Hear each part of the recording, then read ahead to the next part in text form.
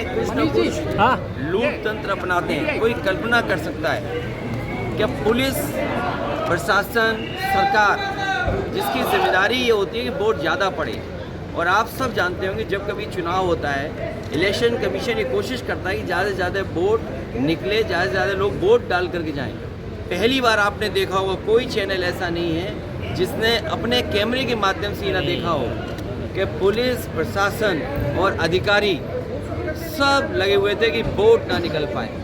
क्या आप सोच सकते हैं कि मुसलमान अगर आप हैं, आप वोट डालने नहीं जा सकते, आप समाजवादी पार्टी के पिछड़े हैं तो वोट डालने नहीं जा सकते, समाजवादी पार्टी के आप दलित हैं तो वोट डालने नहीं जा सकते, आदिवासी अगर आप हैं तो वोट डालने नहीं जा सकते, महिलाएं हैं अगर आप तो आप वोट डालने नहीं जा सकते।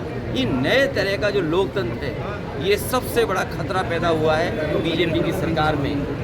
अडानी को लेकर क्या कहेंगे? मैंने कहा अडानी को लेकर कि ये लंबी लड़ाई है, लड़ाई चलती रहेगी।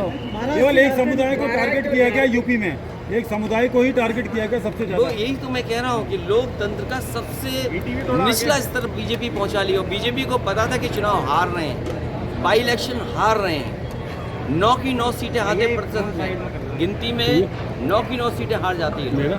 इसीलिए पूरी सरकार वोट लूटने में लगी हुई थी। एक डीएम, एसएसपी, कमिश्नर इसलिए लाए गए हैं दूसरे प्रदेश से कि वो उत्तर प्रदेश में लूट करके वापस चले जाएं। आपके राजस्थान के भी कई अधिकारी हैं, सुनने में आ रहा है यूपी से कमा करके आपके राजस्थान में इन्वेस्ट कर रहे हैं। सोचिए यूपी का पैसा राजस्थान में इन्वेस्ट हो रहा है। ये पिस्टल वाले वीडियो में अखिलेश जी कह रहे थे कुछ बीजेपी के नेताओं ने लिस्ट बनाएंगे और हम आपसे भी मदद मांगेंगे कि अगर ऐसे अधिकारियों के बारे में, ऐसे लोगों के बारे में जानते होगे तो हमारी मदद जरूर करना। ये पूरे देश को इसी का पिस्टल जो दिखाई पुलिस ने, क्या महिलाओं को आप रोकोगे वोट डालने के लिए? मैं उन बहादुर अपनी माताओं को, बहनों को मैं बधाई देना चाहता हूँ। उन्होंने वो साहस दिखाया, वो रिवॉल्वर, वो गोली, और इंस्पेक्टर से नहीं डरे। वो इंस्पेक्टर ऐसा है जो अभी कुछ दिन पहले रिश्वत ली थी उसने, और रिश्वत में 1 लाख रुपए वापस करे गए थे। 1 लाख रुपए वापस हुए रिश्वत में। अभी सुनने में आए कुछ पुलिस वाले राजस्थान में पकड़े गए थे, यूपी पुलिस वाले। आपको ज़्यादा जानकारी होगी। लेकिन ये बीजेपी के नेता कह रहे हैं कि वहाँ लॉ एंड ऑर्डर की सिचुएशन बिगड़ रही थी, स्टोन पेल्टिंग हो रही थी इस वजह से। ये बताइए, आप खुद देख रहे हैं, कैमरा झूठ नहीं बोल सकता है। आप और हम इंसान हैं, हम पे और आप पे दबाव हो सकता है, लेकिन जब आपका कैमरा देखेगा तो वो तो सच दिखाएगा। तो कैमरा तो नहीं झूठ बोल सकता है।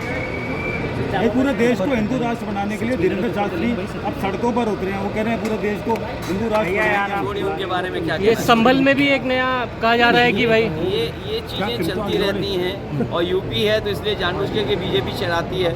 आप अग्निवीर व्यवस्था खत्म नहीं कर रहे हैं, बेरोजगारी बड़े पैमाने पर है, महंगाई बड़े पैमाने पर है, आपका सरकार पे कंट्रोल नहीं है, करप्शन हाईएस्ट लेवल पर है।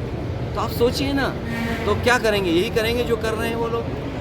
और फिर एक योगी से ये उम्मीद नहीं करेंगे, कोई वस्त्र से योगी थोड़ी हो जाता है, विचार से बनता है। Thank you so much. Thank you. अरे हम बहुत पुराने यहाँ के।